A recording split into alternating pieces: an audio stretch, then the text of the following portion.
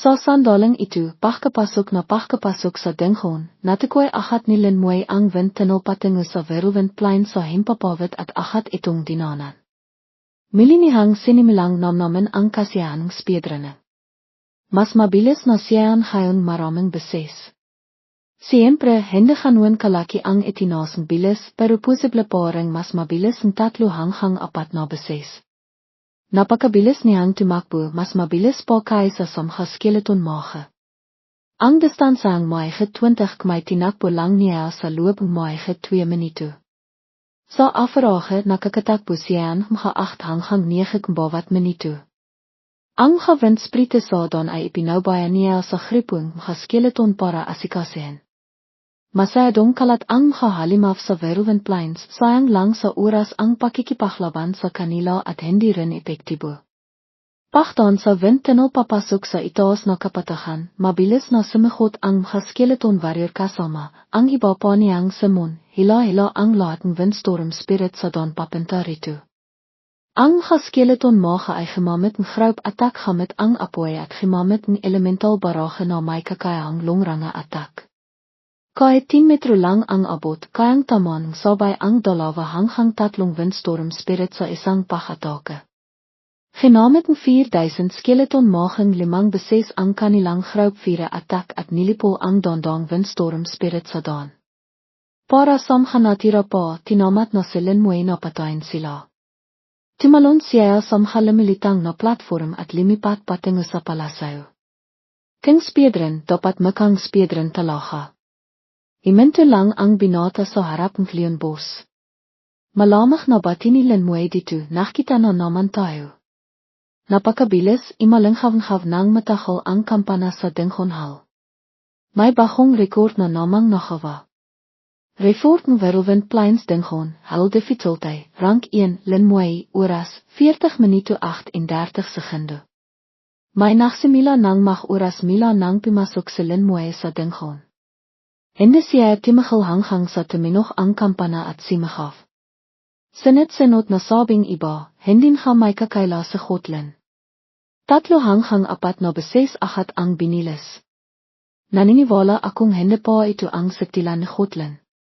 Pagkatapos ay sinot na notifikasyon ang limabas, record ng Verulvendpleins Dingon, Hall difficulty, rank 1, Linmoy, oras, 27 minuto 15 sekunde. Pagkatapos, ang oras ay patuloy na imikli, 21 minuto 47 sekunde. 19 minuto 26 sekunde. 15 minuto 33 sekunde. May isang simahaf sa Tiva, Diosco. 15 minuto. Isang tinay na bagong record an. May himawak sa ilue, may nakpinas mata, at nasabi na mamalikmata ba ako. Bakit nasa labing 5 minuto lang ang oras para makumpleto ang Hall difficulty ng Verulvendpleins Dingon? Isa na namang record na hindi pa nababasag ng siniman. Maaring tumahal ito ng kahit 100 taon, ano? Baka hindi na ito mababasag kailanman. Kanina pa walang tigil ang pagtinog ng kampana sa Dingon Hall. Malapit na akong mabingi. Gumawa na naman sa hotline record na nakakapanginang loob ng iba. Paano pa tayo mabibiyahin nito? Isipin mo sa ibang paraan. Dapat sabihin na sa hotline ay limilakang sinot na mahalainan para sa mga sasinot sa laing tao para mayroon silang paksikapang habilin. Tama. Hindi ba't ang ating lay ay patiloy na limalampas sa mga nauna at patiloy na limalakas? Parang isay pero ibang pananaw kapag iniba ang pakisip. Para sa isang Hall difficulty Dingon, ito ay isang kahangahangang record. Napakabilis na anipat pakiramdam marami ay hanuan din katahol ang kakakilan nila para lang takbihin ang buong Dingon. Ngunit si Linmoy ay hindi pa rin kontento. May paraan pa kayang mas mabilis pa rito. Naisip niya. Mabilis siyang nakaisip ng paraan na maaaring subikan. Sa hirap pwedeng hindi na kinan ang eksperiense pero bilis lang, subikang tapisan akat. Wala namang kahirapan ang pagfarm sa Dingon na ito at hindi rin ganong kalakihan ang eksperiense na nakikiha. Kung maaari gusto ni Linmoy na direktang patayin ang boss ng Dingon. Kinan lang ang mga Verulvend fragment ay sapat na. Milang limitav selin moe sa labas ng dengon at pimasok mili. Pinili niya ang halo difficulty. Sa pagkakataong ito, nakpasaya ang binata na gamitin ang pinakamabilis niyang paraan para dirigen ang dengon. Samantala, nagmamadaling tumakbo si Alderneng, ng Tyran, papunta sa maliit na bakiran ni Bay Ayayan, sumisihaf, Oldbay. Oldbay. Selin moe binabasag na naman ang record ng halo difficulty. Medayo na hilat sa Bay Ayayan. Hindi ba't normal lang an? Hindi naman ito ang inang beses na nakabasag ng record sa moe. Medayo hindi natural ang ekspresyon ni ng Tyran. Ibang ngayon. Natatandaan mo ba ang taon 1600 na ang nakalipas? Napaisip sandali si Alderneng meng anwen sa tabi pero hindi agad malala. Alderneng, sa senior yang ay ba ang tinitukoy mo? Tumango si ng Tyran. Biglang nagsalita sa meng anwen, 673 taon na ang nakalipas, si yang ay ang dianong siya yang. Atade my noon. Tinawag siyang richteus God, ay sen. Ang kaniyang klas ay divine licht swordsman, may dual talent at dual sublimation, isang hegelevel legendary professional. Imabot siya sa level 8 in 90 itinitiring na pinakamalakas na existences sa supergod level 9. Nang taong yun, isang malaking digman ang nahanap sa fortress no 9. Malawak ang sumalakay ang mga demonayo mila sa abais, halos isang dong demon lord ang limok. Nasa bingit ng panhanap ang laing tao. Patuloy ni ng Tyran at noong panahong yun, nasa 20 lang ang god level experts natin. Napakalaking akhwat sa bilang. Noon si richteus God, bilang pinakamalakas sa laing tao, ay sumagot ng walang pag-alinlangan. Makisa niyang nilabanan ang 50 demon lord. Hindi lang niya napigilan ang pinakamalalakas sa kanila, kundi nakapatay pa siya ang mga 30 demon lord nakpakitang walang kapantay na lakas sa labanan. Dagdag ni Alderneng, ang labanang yun ay tinawag na batletat leite foundation. Sayang halang at bimaksak din si richteus God sa labanang iyon. Gayon pa man, hindi nalaman mga demonayo ang balitang kanayang pakbaksak, kaya sa loob ng dondong taon ay hindi sila naklakas loob na kimilos ng padalos-dalos. Nagbigay ito mas maraming oras para sa laing tao. Sa puntong ito, limalim ang buses ni ng Tyran. Bago bimaksak si richteus God, isinara siya ulit niya ang lahat ng kanayang natitirang lakas sa isang secret realm. At ang secret realm na ito ay nasa loob mismo ng dengon hall. Naktakda siya ang patakaran, kailangan lang makamit ang isang tiyak na kondisyon para makapasok sa secret realm. Tinaas ni Bay Ayayan ang kilay. Alderneng, ibig mong sabihin, nakamit nilan mo'y ang kondisyon. Tumango si ng Tyran. Ang patakaran ay makumpleto ang isang halo difficulty dengon sa loob ng 10 minuto. Gamamit sa ng Tyran ang spel para gumawang screen. Tiniro niya ito gamit ang daliri at limitav sa linmoy sa screen. Ang oras ni linmoy sa pagklierang dengon, 8 minuto at 1 segundo. Bilang pininuang dengon hal, may malaking kapangyarihan sa ng Tyran, siya lang ang marang manuot ng sitwasyon sa loob ng mga dengon. Sa screen sa harap ni linmoy, limitav ang isang pinto papasok sa secret realm. Kinampirmani ng Tyran, ang bilis niyan ngayon ay sapat na sa giro.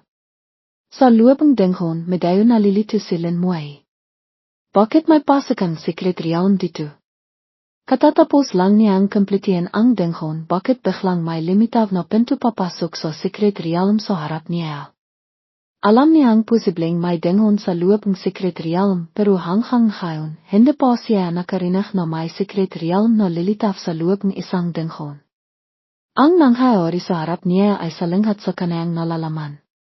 Mila sa pasukan secret realm, naramdaman ni linmoy ang isang marangal at medayo pamilyar na aura, ang aurang isang hot-level expert ng laing tao. May ganito ring aura sinahan Qiangsing at Bay Ayayan. Ipinapaiwatig nito na ang biglang limitav na secret realm na ito ay may kaugnayan sa isang hot-level expert ng laing tao. Biglang may timawag, moy.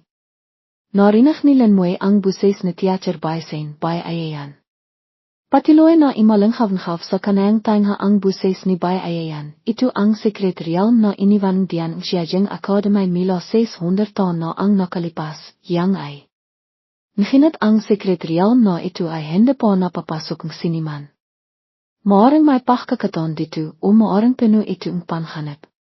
Ikaw ang magpasaya kung papasok ka o hindi. Kinatawa ni bay ayayan ang opinaw niya at ng ilan pang iba. Medayo na tegelan sa linmoy. Kilala niya ang panghalangyang ay.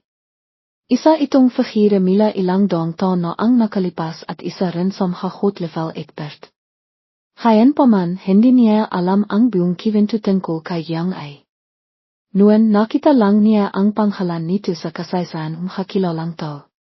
Hindi niya inaasahan na si Yang ay pala ang pinakamalakas noong panahong iyon, halos isang super hot level existence. Anong klaseng kumatpuweran? Kaya pala ito ang sekretarial na iniwan ng dating diyan ang siyajeng akademay. Hindi nakapagtataka na nakaramdam siya ang pamilyar na aura mila sa sekretarial. Ito ay isang misteryosong ligar na kahit ang kanang giro ay hindi lebos na nainawan. Sa hili kailangang tawakin ni Linmoy ang sarili niyang landas sa hinarap. Kahit giro niya sa baysen, hindi siya nito morang palakang kabayan. Kung hanuan ang hiling mabot ni Linmoy ay hindi lalampas sa kanaya. Hanuan din sinabay ayayan ang Kyongsing at mohang saming anwen lahat sila ay may mataas na inasahan sa hinarap ni Linmoy. Nasa kamay ni Linmoy ang desisyon. Nakisip siya sandali at nakpasaya. Papasok ako. Naniniwala siyang hindi sa giro kakawang masama si Yang ay sa isang nakababatang miyembro ng laing tao tulad niya.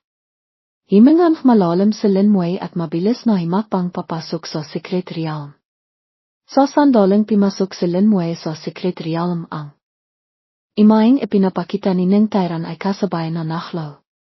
Hindi na makita ni Ning Tairan ang sitwasyon sa loob ng sekretarial. Seryoso ang hamika ang mga elder. Ang kasasinot na mangyayari ay nakasalalay na lamang kay Linmoy. Sa loob ng rechtersgod sekretarial ay sinming. Nakakita si Linmoy ng habendok tibag ibon at halimiyak ng belaklak isang tinay na paraiso sa labas ng mundo. Ito ang sekretarial na iniwan ni Yang ay. Dahil tinawag si Yang ay na rechtersgod, automatikong tinawag ito ni Linmoy na rechtersgod sekretarial. Ang tanawin sa loob ay halos kaparehong mundo sa labas kung hindi maingat na obserbahan, mahirap makita ang pagkakaiba. Nararamdaman ni Linmoy ang aurang isang hot level expert mula sa habendok at ilog dito. Masasabing ang buong sekretarial may nababalot ng aurang isang hot level expert. Ayon sa kanayang giro matapos bimaksak si rechtersgod, ginamit niya ang lahat ng kanayang hiling lakas para lakayin ang sekretarial na ito. Isang level 8 20 expert, mahirap isipin ang lakas na kayang limakang isang sekretarial, hindi ka panipaniwala. Nang sandaling timapak siya sa isang maliit na landas, bigla siyang mabilis na imatras. Isang mahabang espada ang biglang lumipat mula sa kingson at tumisok sa lugar kingson siya nakatayo kanina. Napakatilas ang espada, hiniwan nito ang lipa na parang tokwa. Ang talam ay lubisang bimon sa lipa, tangang ang pilihan lang ang naiwan sa labas. Mabiti na lang at nohang alerto si Linmoy at imiwas sa isang tabi kung hindi ay may biro na siya sa susunod na taon. May isang taong himiku, hinawakan ang pilihan at pininot ang mahabang espada. Isang binota ang limitaf sa tabing espada. Ang mahabang espada ay makang ordinaryo lang, nahinit ang nangyari ay naktilot matinding pakingat kay Linmoy. Pakisipan mong mabiti. Patayin mo ako o papatayin kita. Hindi na naksalita po ang walang kabilihan ang binota. Itinos niya ang mahabang espada at itinitok ito diretso kay Linmoy. Napatingin si Linmoy sa dalawang pulsihan ng kalaban. Nakita niya ang dalawang starring na limitaf sa bawat gilid. Ang pagkakaroon ng starrings ay nanghang isa siyang legendary level professional. The Venus Swordsman. Mas lalo pang nohang mapakpantay si Linmoy. Ang biglang limitaf na kalaban na ito ay hindi pangkaraniwan. King ganoen, hindi na kailangang maging magalang pa. Agat na ginamit ang skill na slofkurse. Itiniro niya ang daliri isang pilang liwanag ang pamino sa paligid at ang pamilyar na sarayan pilang kade na ay sumigot. Isang staring sa kamayng divine swordsman ang biglang sumabog. Ang mahabang espada ay imalinghav at ang buong katawan nito ay naglabas nakakasilaw na sword kay espada sa isang iglap. Ang hakade ng slofkurse ay pinitol at tiniro ang sword kay. Kasabay nito sumigot na siya papunta kay Lin Muay. Ang hahakbang niya ay hindi maintindihan ni Lin Muay napakabilis na naging haafterimagen na lang. Hindi man alam ang atributis pero kung pagpabataan lang ang bilis inamin ni Lin Muay na hindi siya makakapantay. Pero hindi yun malaga. Dahil ang sulflama ay hindi kailangang makita ng malinaw ang kalaban. Mila pa lang sa similang laban, inilabas na ni Lin Muay ang kanayang alas ang nakalap na apoy sa kanayang palat. Matapos ang kanayang panghalawang jobsyanga, ito ang inang beses na ginamit ni Lin Muay ang sulflama. Sa sandaling limitaw ang sulflama, nakbago ang kalmadong ekspresyon ng divine swordsman. May bakas ng takot sa kanayang maka. Sul attack skill. Sa minut na segundo, isang belaklak na apoy ang dimapo sa kanayang katawan. Isang nakakahindik na sigaw ang imalinghav. Simagaw sa sakit ang divine swordsman, nangina ang buong katawan at limitaw ang tinay niyang anayo. Ang sakit mila sa sulflama ay mahirap tiisin. Mas mataas ang level, mas matindi ang sakit. Isang malakas na klang ang narinig, isa pang staring ang sumabog. Agat na nakabawi ang divine swordsman. Kasabay nito, isang malakas na sword ay ang bimaril diretso kay Lin Muay. Sa isang iglap, sumabog ang sword ay at nahabi para bumiyong isang makapal na lambat. Skill swamp sword kay. Ang sword ay parang latian, kapag na lohka rito, napakahirap ng humalaf. Ang skill na ito ay iring rangat attack at may kasama ring ha-atake at control effect, napaka-epektibo. Ang makapal na sword ay timama sa buena armor patiloy na humahawang makatinok na dingding klang. Timatanghap si Lin Muay ng higit sa 10 pag-atakang sword ay bawat segundo napakataas talaga ang frekwensya.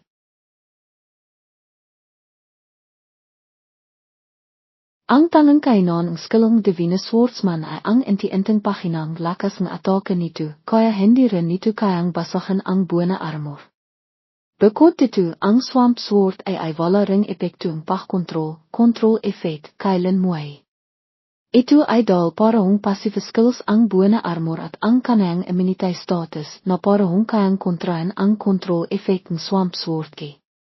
Hindi man lang naapektihan si Lin Muay at milang bimaksak ang sulflama. Isa na namang sigaw ang imalinghav at ang hiling staring ay sumabog din sa isang iglap, naramdaman ni Lin Muay na tila siya ay nakalok on isang malakas na sword ay ang bimaksak mila sa itaas, hanap na bimalot kay Lin Muay. Mahang ang lipa ay nabiyak at nakaroon ng malalaking bitak. Skill, nakamamatay na taha, entrim. Bahagang gimiti ang divine swordsman, ito ang kanayang pinakamalakas na skill sa pag-atake. Kumpiyansa siyang walang sinimang profesional sa kaparong antas niya ang makakapagil dito. Kahit na immortal si Lin Muay, tiyak na malaba siyang masasaktan. Malamang na timitig si Lin Muay. Buenas speakers, hay itim na. Sinit-sinot na mahabang matitilis na bito ang sumulpot mila sa ilalim lipa, tumaho sa katawan ng divine swordsman. Sa loob lamang isang segundo, natalo na ang divine swordsman skill na buenas speakers. Malamang na bimilong si Lin Muay habang nananatiling alerto, dahil ito ay isang secret realm na iniwan ng dating diyan, tiyak na hindi ito ganito kasimple. Sigiradong may naghihintay pa sa akin sa inahan. May malabong ideya si Lin Muay sa kanayang isipan, hinilan kung ano ang layanan ng rechtiyosgod, nahatin sa paghawan nito. Ito ang rechtiyosgod secret realm at si rechtiyosgod ang may-ari nito. Natural lang na ang lahat ito ay nasa ilalim ng kanayang kontrol. Habang nag-isip, isang tao ang biglang limitaw sa kanayang paningin. Pamelayer paren ang anayo para hong paro ang kasutan at mohang ang mahabang espada ay eksaktong katilat. Bukod kahit ang aura at tindig ay walang pinakaiba. Ang tangang kaibahan ay may dagdag na isang pares ng starring sa kanayang pulsihan. Itinaas din swordsman ang espada at itinito kay Linmuay para hong parurin ang postira. Hulay lichit swordsman, tanig huangkims, level 49. Pakisipan mong mabiti. Kung gusto mong dimon, patayin mo ako o papatayin kita at mananatili ka rito magpakailanman. Mahang ang linaya ay eksaktong katilatan dati. Nach obserbase Linmuay at tahimik na nach analisa. Isang dagdag na pares ng starrings. Ang hulay lichit swordsman ay ang upgrading divine swordsman. Pagkatapos maaktivate ang job sublimation sa panghalawang jobsyange, ang divine swordsman ay nagiging hulay lichit swordsman. Mas malakas na attributes, mas malalakas na skills, at mas maraming starrings. Para sa divine swordsman, bawat 10 levels ay nachdaragdagang isang starring. Para naman sa hulay lichit swordsman, bawat 10 levels ay maaaring magdagdagang 2 starring, isang pares. Ang starring sa pulsihan swordsman ay ang kanilang skills. Maliban sa pinakabasis na sword ay attacks, ang ilang malalakas na skills ay kailangang gamitin sa pamamagitan ng starring. Ang starring ay may iba't ibang kakayahan. Kayang sirain ang hasimpa, kirsis, magpagaling sariling sigat, at magpabiting estado, status. Hinawa kanilang mo'y nang maigpit ang diatestite, lehaitin, sa kanayang kamay, determinado. Pagkatapos ng isa na naman. Gusto kong makita kung ano talaga ang nasa dilong sekretarial na ito. Labas. Sol de vouwing en zetking, bantringving. Tinawag ng binata ang kanayang kombatet. System update sal de vouwing en zetking sal level 50 strengte, 40,000 agiliteit, 40,000 spirit, 30,000 constitution, 50,000 skills sal de vouwer se conform. Terrifying roer traits, ignore defense power, ignore passival immuniteit, sred verreiting determinado silin mooi na hinde mag aksayang oras sa kalaban na ito. Mabilisang laban lang. Pagkatapos magpakilala, kisang sumigot ang hulay lichit swordsman papunta kay Linmuay, mas mabilis pa kaysa sa nauna, halos limitaf sa harap ni Linmuay sa isang iglap. Nachkris-kris ang sword ay na parang hinabang lambat. Sinabi ko na, kung gusto mong dimon, patayin mo ako o papatayin kita. Ginamit ng sal de vouwing inzet kung ni Linmuay ang skill na terrifying roer. Sinot na nakapangkang kilabot na tinoch ang timama diretso sa hulay lichit swordsman.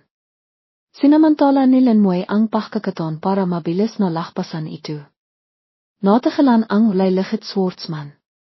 Hawak niya ang kanayang masakit na iluidal sa nakapangkang kilabot na makatinoch habang bumibilong hindi ka makakalakpas. Papatayin kita. Ewan kita rito magpakailanman. Hindi pa tapos ang kanayang salita ng sumigot na mila sa likiran ang napakalaking pet ni Linmuay. Nakita ni Linmuay ang napakalaking akwat sa laki nila at hindi napigilang mapaismit para sa hulay lichit swordsman.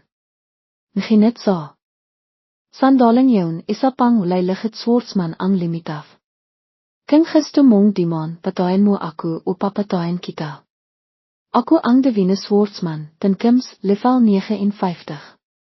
Milang limitav ang hakimikinang na singsing sa kamay nito. Ahat napansin ni Linmuay, kayang inasahan, isa na namang pares ng starrings.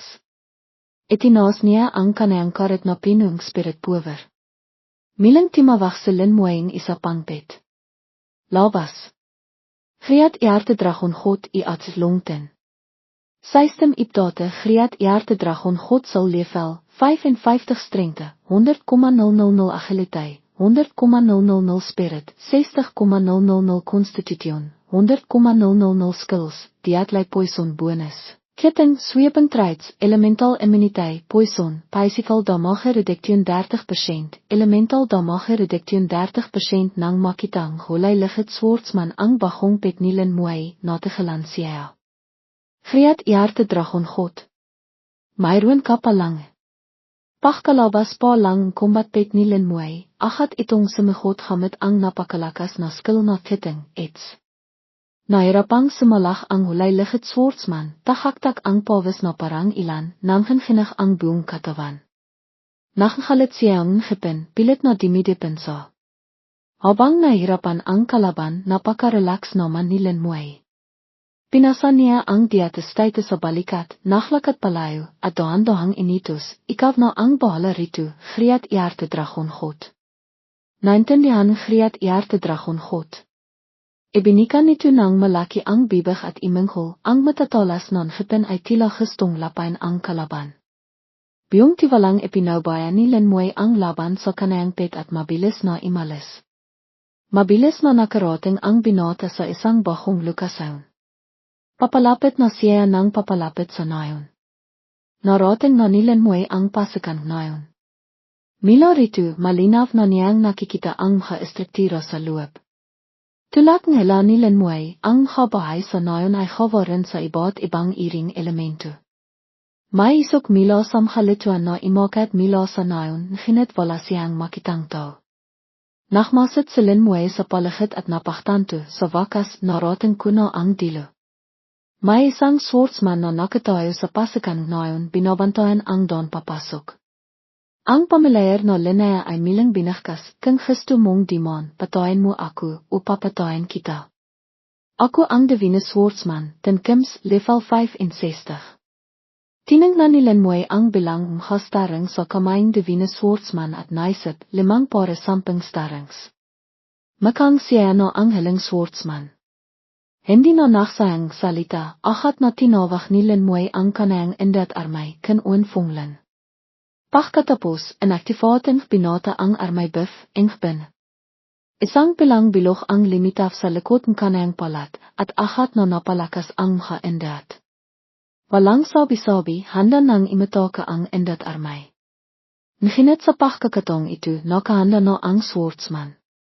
Ahat siyang sumagot na nang imitoka. Ang hastaring sa kanayang pulsihan ay sabay-sabay na sumabog. Sa sandalang bimaksak ang atake, 1,000 makakamakang klunes, benten, ang ahat na limitaf. Nakita ito ni Lin Muay at nabigla siya. Hindi niya nabiglang masabi sa pagkamanga, ano baan. Ang daming klunes. Medayo nandadaya naman ang skill na tuwe, hindi malok unong salflame ko ang tinay na katawan. Isang malakas na pagsabog ang imalang havenghaf. Ang mga skeleton mage, kulipaps, skeleton archer, kulitin sita at skeleton warrior, kulishin bene ay imatake. Mabilis na vinasak ang kanilang mga atake ang mga truaneng divine swordsman. Nang may masmasan, tinignan ni Lin Muay ang eksena at mapang-asar ng himiti. Gusto mong makipagparamihan sa akin, ha? Mabilis na vinasak ang hagbo ni Lin Muay, na kasing daming isang malaking hagbo ang hatluana. Ahat na ginamit ng swordsman ang skill na swamp sword key. Sa pagkakataong ito, napakalawak ang sakop ng swamp sword ay bimalot ito sa isang lugar na may radius na 200 metro, kaya lahat ng skeleton ay napaloob dito. Simakaw ng bahaya ang swordsman, imikot at sumagot papunta kay Lin Muay. Ang ilang 2 pares ng starring ay sumabog. Skill, una sword sweeps across, netkamtanghon. Isang napakalaking mahabang espada ang limitaf, nachniningning na hintong liwanag na similaf sa buong lugar. Ang swordsman at ang mahabang espada ay naksanap, dala ang nakakatakot na sword kay at sumagot patungo kay Lin Muay. Ang bilis ay parang kidlat, sa isang iglap ay tumama na ito kay Lin Muay. Kumislap ang bone armor, giyap high city, gumawa ng kumakaskes na tunog. Kalmado pa ring nakatayo si Lin Muay roon, hindi umiiwas, patuloy niyang ginamit ang spirit power para lumikha ng armor pangharang. Mayroon siyang bone armor, damage transfer, CHUYN Jiao Safwang, at kompletong lifelink, Lin Ket Sin Men. Maliban kung ito ay isang god-level expert, CUNG CPTHN, o isang Demon Lord, Ma Vuong, sa antas na iyon ang umatake, kung hindi, walang sino man ang makakapatay sa kanya sa isang atake lamang. Ang bone armor ay tumagal ng 1 segundo bago mabasag. Patuloy na tumusok ang mahabang espada kay Lin Moyo, ngunit ang dulo ng espada ay bahagya lang gumawa ng marka sa armor, hindi talaga siya nasaktan. Malamig na tumitig ang binata at sumigaw, walang silbi. Mayroon akong bone armor, damage transfer, at kompletong lifelink dito. Maliban kung ito ay isang atake sa antas ng Demon Lord, hindi mo talaga ako mapapatay sa isang espada. Hindi masasaktan si Lin Moyo hanggat hindi nauubos ang buong undead army, Chun Doan Vanglin. Sunod-sunod na nasugatan ang undead army. Mabilis ding itinaas ng Shaman General, Wu Yu Toong Chun, ang kanyang scepter, Quyintrung, ina-activate ang skill na Army Healing, Chun Doan Trilu, para pagalingin sila. Napakabilis, ang aking hukbo ay nakabawi na tulad ng dati. Agad gumanti si Lin Moyo gamit ang skill na Slow Curse, Linguin Lamcham. Ang pamilyar na pulang kadena ay mabilis na gumapos sa napakalaking espada ng swordsman, KMC. Ang espada ay nagapos mula dulo hanggang puluhan, parang isang suman, bante analogy. Ang swordsman na nakasanib sa napakalaking espada ay pilit kumawala ngunit walang nagawa. Pinagpawisan ng malamig ang swordsman, nagngangalit ang ngipin.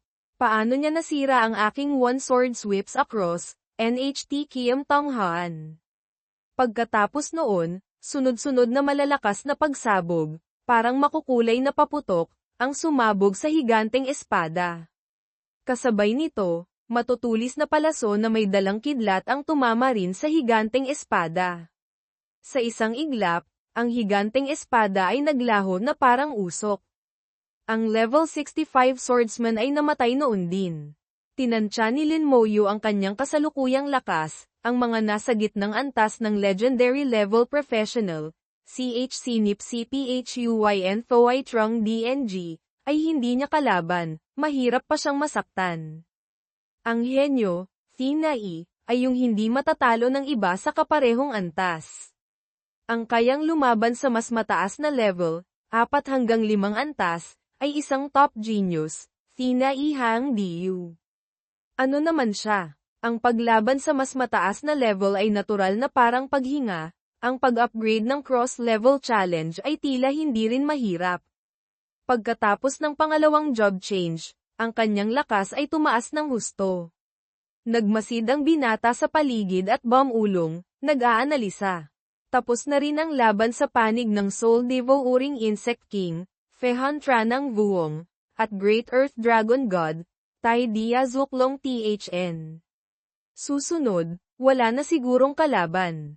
Napakatahimik ng nayon, Fen Trang, ngayon, walang bakas ng tao. Kahit na ang lahat ay gawa sa elemento, nguwanti, at hindi tunay, ayaw sirain ni Lin Moyo ang katahimikan nito. Tinago ni Lin Moyo ang undead army. Siya mismo ang pumasok sa nayon. Sa loob ng nayon, kakaunti ang mga bahay, iisa lang ang pangunahing daan. Matalas ang tingin ng binata habang nagpapatuloy sa paglakad. Sinundan ni Lin Moyo ang pangunahing daan papunta sa isang maliit na bahay. Ang maliit na bahay ay hindi kapansin-pansin sa nayong ito, ngunit nararamdaman niya ang pinakamalakas na soul aura, Hoi Th Lin Han, mula rito. Napakasensitibo ni Lin Moyo sa soul aura, hindi siya magkakamali. Pasok, isang boses ang narinig mula sa loob ng bahay. Binuksan ni Lin Moyo ang pinto at pumasok. Nasa loob ang kaluluwa ng dating dean ng Xia Jing Academy, Huckfu Hakin, si Jiang Yi, Jia Nia, isang swordsman na nakaupo ng naka-cross-leg. Ang pananamit niya ay eksaktong katulad ng mga nakita ni Lin Moyo kanina. Ang tanging pagkakaiba ay walang star ring, V ng saw, sa kanyang pulsuhan. Nagsalita ang swordsman, maupo ka. Magalang na bumati si Lin Moyo. Ang nakababatang si Lin Moyo ay bumabati kay Senior Righteous God, Nia Thn Dainan. Pagkatapos ay dahan-daang umupo si Lin Moyo sa tapat ni Jiang Yi. Ang nasa harap niya ay ang pinakamalakas na eksperto ng lahi ng tao mahigit 600 taon na ang nakalipas. Minsan siyang mag-isang lumaban sa 50 Demon Lord sa isang malaking digmaan.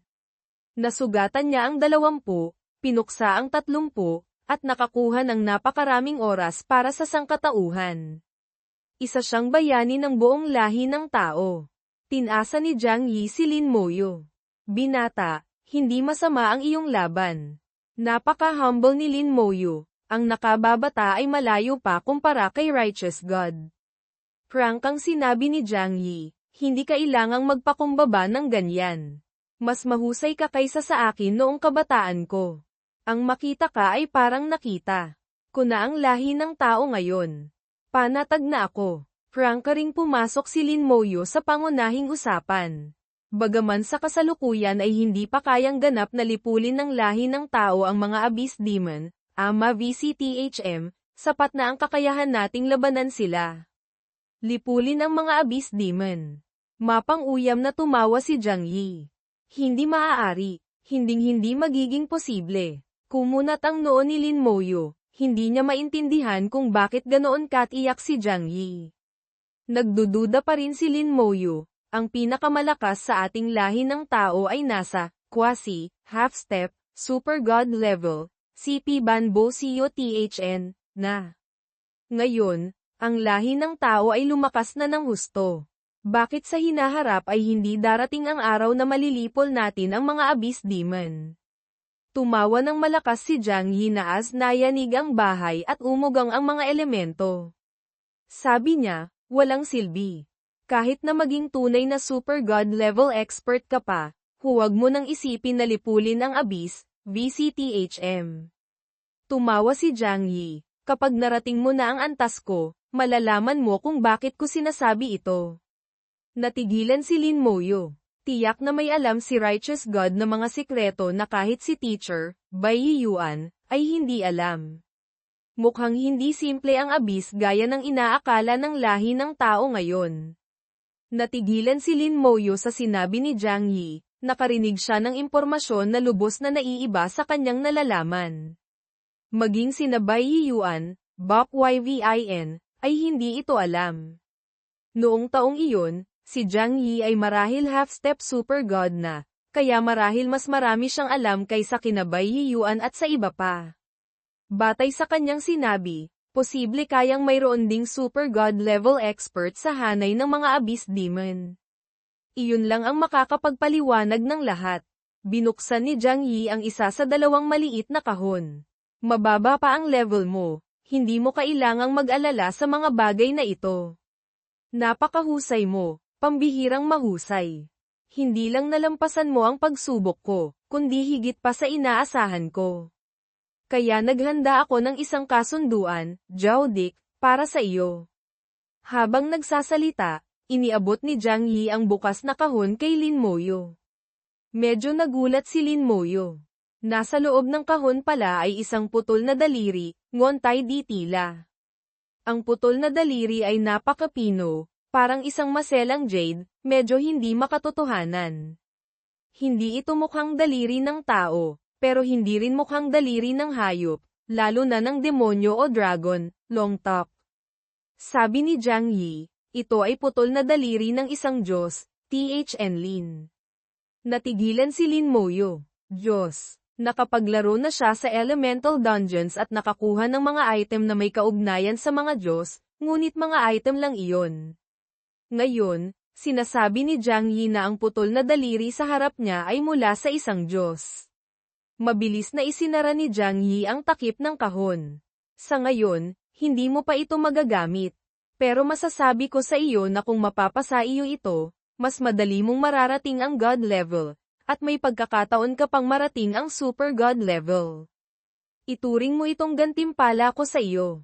Tumango si Lin Moyo at nagtanong, ano po ang kailangan ninyong ipagawa sa akin? Hindi siya nagduda sa sinabi ni Jiang Yi. Kung sinabi niya iyon, tiyak na totoo. Kung sinabi ni Jiang Yi na ito ay isang kasunduan, tiyak na may kailangan siyang ipagawa dito, at tiyak na hindi simpleng bagay ito. Binuksan ni Jiang Yi ang natitirang kahon. Sa loob ay may isang butil, Hachu. Kasinlaki lang ito ng kamao, kulay itim na itim. Hindi makita ni Lin Moyo kung ano ito. Sabi ni Jiang Yi, ang nilalaman ng kasunduan ay, dalhin mo ang butil na ito sa itaas na espasyo, upper level, ng Eternal Battlefield, CNTRUNG-VIN-HNG. Personal mong iabot ito sa boss sa sentro ng core area, QVCC Tiloy. Hindi kaya ang tinutukoy ni Righteous God ay ang Ancient Earth Dragon, VINC Dialong. Nabigla si Lin Moyo sa kanyang puso, hindi niya inaasahan na may kinalaman dito ang kasunduan. Ngunit walang emosyong lumabas sa kanyang mukha, nakatitig lang siya sa butil sa kahon. Pagkatapos magsalita ni Jiang Yi, tumahimik siya. Hinihintay niya ang sagot ni Lin Moyo. Nag-isip sandali si Lin Moyo at sumagot, naiintindihan ko po. Dadalhin ko ang bagay na ito sa kanya. Tumango si Jiang Yi. Huwag magmadali. Hintayin mong lumakas ka ng sapat bago pumunta. Hindi madaling makapasok sa core area. Nakapaghintay na ako ng mahigit 600 taon, hindi ko na iniinda kung maghihintay pa ako ng ilang taon pa. May kaunting pagtataka si Lin Moyo sa kanyang puso. Nagtanong siya, Senior Righteous God, bakit hindi ninyo hinayaan ng ibang God-level experts na tulungan kayo, at ako pa ang pinili ninyo? Umiling si Jiang Yi. Wala silang kwalipikasyong, makipag-usap sa kanya. Kung pupunta sila, mamamatay lang sila. Ikaw, iba ka, may kwalipikasyon ka. Hindi alam ni Lin Moyo kung bakit ganoon kalaki ang tiwala sa kanya ni Jiang Yi. Ngunit naintindihan na niya ang bahagyang kahulugan ng sinabi nito sa lahat ng bagay, kailangang pag-isipang mabuti ang mga gagawin bago at pagkatapos para umasa ng pangmatagalang resulta. Kahit si Yan Guangsheng, Nim Guangxin, na napakalakas ay natalo sa isang atake, muntik nang mamatay. Hindi man lang kinausap ng nilalang na iyon si Yan Guangsheng, nag-iwan lang ng ilang salita. Malinaw na sa mata nito, wala ring kwalipikasyong makipag-usap si Yan Guangsheng. Siya lang mismo, ang nakakatakot na boss na iyon ay hindi lang nakipag-usap sa kanya, kundi gusto pang makipagkasundo, patunay na may sapat siyang kwalipikasyon. Tiningnan ni Jiang Yi si Lin Moyo at biglang nagsabi ng makahulugang mga salita, bibigyan kita ng isa pang payo. Huwag mong hayaang makita ng iba ang laman ng kahon, lalo na ang putol na daliri. Masyado itong kaakit-akit, maaaring magdala ito ng kapahamakan, Hosathen, sa iyo. Maging lahi ng tao, Abyss Demon, o Dragon Race, gagawin nila ang lahat para makuha ito. Natanto ni Lin Moyo ang kabigatan ng kanyang sinabi. Sabi niya, Senior Righteous God, makakaasa po kayo. Tatandaan ko po, pagkatapos ma-teleport palabas ng Secret Realm, naalala ng binatang si Lin Moyo ang kanyang guro. Kailangan kong puntahan si Teacher. Sa loob ng maliit na bakuran ni Teacher Bai Yiyuan, seryoso ang mga mukha ni na Bai Yiyuan at Yan Guangsheng. Hindi nila alam ang kasalukuyang sitwasyon ni Lin Moyo kaya medyo nag-aalala sila. Maging ang masarap na tsaa sa kanilang kamay ay tila walang lasa. Hindi mapakali si Bai Yiyuan. Wala tayong paraan para malaman ang sitwasyon sa loob ng Secret Realm. Sana walang mangyaring masama kay Lin Moyo. Agad sumagot si Yan Guangsheng, tiyak na walang mangyayari sa batang yon. Magkaroon ka naman ng kaunting tiwala sa disipulo mo. Ngunit ang mga salita ni Yan Guangsheng ay tila may kaunting alinlangan, total, ang pinasok ni Lin Moyo ay ang Secret Realm na iniwan ni Jiang Yi mahigit 600 taon na ang nakalipas. Walang nakakaalam kung ano ang nasa loob. Makalipas ang ilang sandali, may mga pagyanig na lumitaw sa espasyo, at pagkatapos ay isang pamilyar na aura ang naramdaman. Lumabas na siya. Nakabalik na si Lin Moyo. Agad nagtanong si Yan Guangsheng, ano ba talaga ang nangyari? Isinalaysay ni Lin Moyo ang nangyari sa Secret Realm sa 3 senior. Mga senior, tulungan niyo po akong itago muna ang bagay na ito. Hindi ligtas kung nasa akin ito. Agad naramdaman ni Meng Anwan, Man Anvan, ang napakadalisay na kapangyarihan. Hindi nakapagtataka na sinabi ni Jiang Yi na magdudulot ito ng pag-aagawan ng mga God-level experts. Ang aura na inilalabas ng putol na daliri ay hindi naman gaanong mas malakas kaysa sa God-level expert, ngunit napakadalisay nito. Pakiramdam ni Lin Moyo ay naramdaman na niya ang ganitong uri ng kadalisayan dati. Nag-isip siya sandali, at biglang may naalala. Sabi niya, Elder Yan, pakiramdam ko ang lakas na ito ay medyo katulad ng inyong killing intent, Saki, parehong dalisay. Nang marinig ni Yan Guangsheng ang sinabi ni Lin Moyo, natigilan siya sandali. Pagkatapos, tila may naunawaan siya, at bigla siyang tumawa ng malakas. Magaling na bata, ang sinabi mo ay nagpagising sa taong natutulog sa panaginip. Mukhang ang landas ko patungo sa super god level ay hindi pala ganoon kalayo. Sumingit si Bai Yiyuan, mukhang sa huli ay kailangan mong bumalik sa core area ng Eternal Battlefield. Kung gayon, samantalahin mo ang pagkakataong ito para palakasin pa ang iyong sarili.